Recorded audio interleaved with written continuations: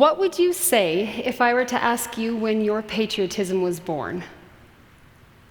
Is that a question you can answer with a specific date on the calendar or a memory in your mind? I bet if I asked my grandfather, he would tell us December 7th, 1941, when the bombings of Pearl Harbor infamously brought his generation into World War II. My own mother would likely have two very vivid memories to share.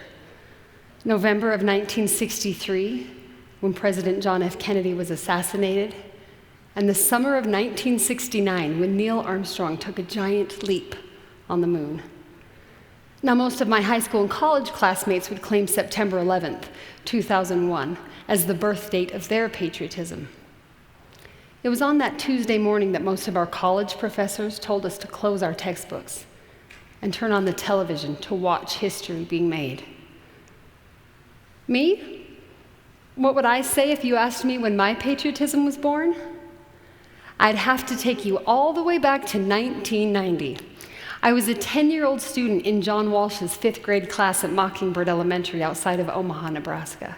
Now, part of the 5th grade curriculum is American history, American heritage, the American way of life, the American dream. But what was happening in our lives at that time was the Persian Gulf War was unfolding in the Middle East. And Mr. Walsh had a way of taking what was in our textbook, our history lessons, and combining it with what we saw on the nightly news for current events, and teaching us what it really meant to hope for life, liberty, and happiness. What it really meant to seek liberty and justice for all. What opportunities we really had to be able to even know what the American dream is. What really made those lessons hit home for me was knowing that another 10-year-old in that class was a young boy named Abdullah. Abdullah was from Afghanistan. Abdullah and his family had recently fled their homeland and the Soviet army looking for a better way of life. They were looking for life, liberty, and the chance to pursue happiness. They were looking for hope and opportunity. They were looking for that American dream. Now, I was just a kid, but I felt something inside of me spark. And it wasn't just the kind of pride in my American citizenship. It was more than that. It was a sense of gratitude for my freedom. It was awareness that those freedoms come at a price. And it was a commitment to never take those freedoms for granted. So how about you? Have you given it a chance to decide when your patriotism was born? What if I were to take that exact same question and switch it up just a little bit? And instead of asking you when your patriotism was born, I asked you when that patriotism came to life. Now, for me, that's something I can answer to a very specific moment in time.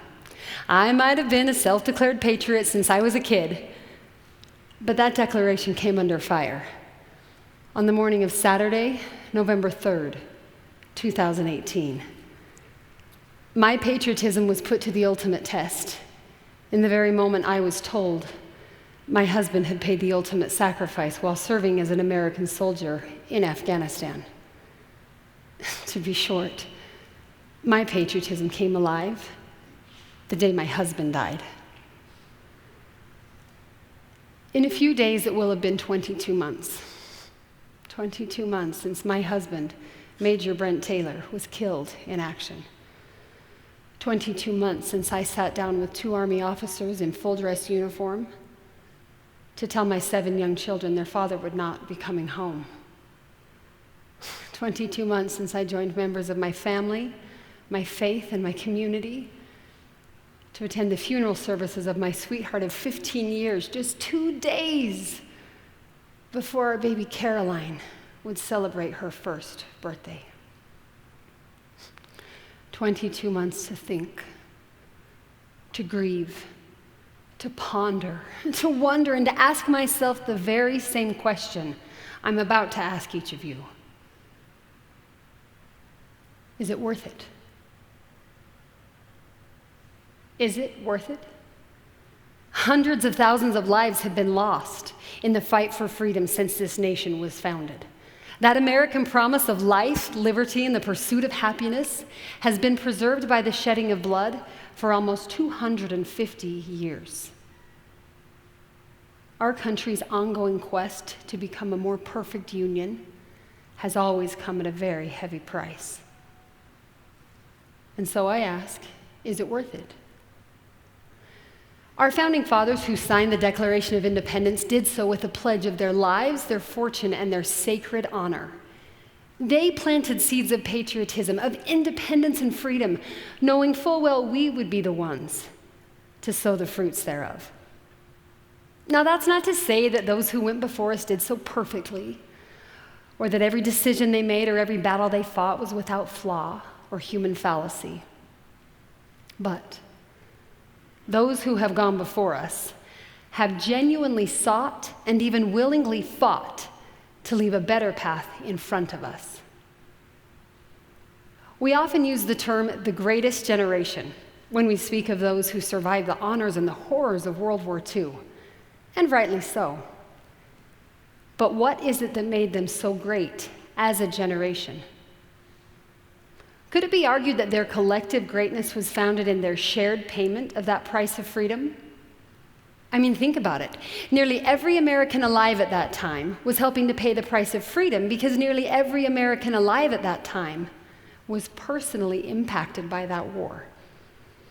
Either they suited up and shipped off to the front lines themselves, or sent their son or sweetheart into harm's way. Nearly every American alive at that time knew someone who died in battle at that time. World War II affected the type of jobs people could have, the clothing they could wear, the groceries they could buy. Everything was regulated and rationed to support that war effort. Every American alive at that time was pitching in to pay the price of freedom and to keep the American dream alive, even if it cost them their lives. And so perhaps it goes without question that we celebrate them as America's greatest generation. But is America's greatness exclusive to the World War II generation? Or is it our turn? Is it our turn to decide to make it worth it? The way they lived their lives and bore their burdens, the way they fought to defend freedom and protect peace they prayed we would someday enjoy is what made it worth it to them. Is it now our turn to decide? And is that even possible? Can we really decide whether or not their sacrifice will be worth it? Abraham Lincoln thought so. When President Lincoln delivered the Gettysburg Address, it had been exactly 77 years since the signing of the Declaration of Independence. In that address, he teaches us how it is that we make it worth it. He says it is for us, the living, to take upon ourselves and carry on the unfinished work of our honored dead by taking upon ourselves an increased devotion to the cause for which they gave the last full measure of devotion. Yes, the price of freedom has always been high. But what if that price were not to be paid? In the 22 months that have passed since my husband was killed, I have come to the conclusion that we best honor those who have gone before us by deciding to make something of greatness and honor out of the lives they have given to us. That is what our founding fathers pledged to do. That is what Abraham Lincoln called upon us to do. That is what every fallen service member from the dawn of this nation has died for us to do. That is what the very stars and stripes in our Star-Spangled Banner remind us to do. And that is what America and this world needs us to decide to do. It's our turn to decide to make it worth it. It's our turn to decide to make something of greatness and honor out of our lives by living on purpose and with a purpose. It's our turn to decide to make something of greatness and honor out of our lives by strengthening our homes, our families, and our communities. It's our turn to decide to make something of greatness and honor out of our lives by turning toward each other rather than turning on each other when difficulties arise. It's our turn to decide, to stand up, to rise up, and raise up the next greatest generation of Americans this world will ever know. And so I return to my original question. When was your patriotism born? And have you decided to let it come alive in you? Does the way you live your life and chase your dreams bring honor to those who would give their lives and every one of their dreams simply to preserve for you the chance to pursue yours? Is it worth it?